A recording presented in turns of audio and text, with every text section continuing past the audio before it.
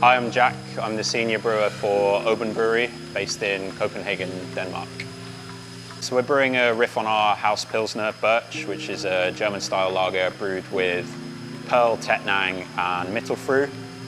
For today's brew, we're going to replace that with Ariana and Tango, two new modern German varieties. Much more consistent, higher yields, better for the farmers, and we just want to see if we can get the same with different.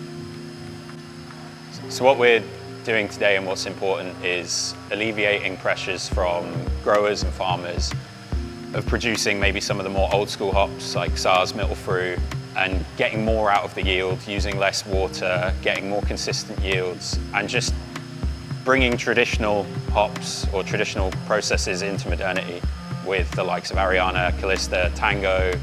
This collab's important to me and ÅBEN because we get to use sustainable German hops from our neighbours. They're much more efficient, the yields are greater, and there's a less pressure on the growers to create more of less sustainable varieties. With this, we get higher oil content, they're punchier, and they're more flavour impactful. Everyone knows it's really difficult to be sustainable in the brewing industry and a lot of production-based places, but for us, we do what we can. We're now using Danish-grown and Danish malted barley from our friends at Fuglsang. We reuse our yeast as much as possible, up to sort of 12 generations, and then in the brew house we use enzymes that increase our extract yield. It's as simple as using 25 kilos less barley, but we still get the same result. So to be able to use these German hops and get punchier, brighter aromas and flavours from just across the border is quite a big thing for us. So for us to do this one extra step is a big thing for us in reducing our carbon footprint and being a more sustainable company.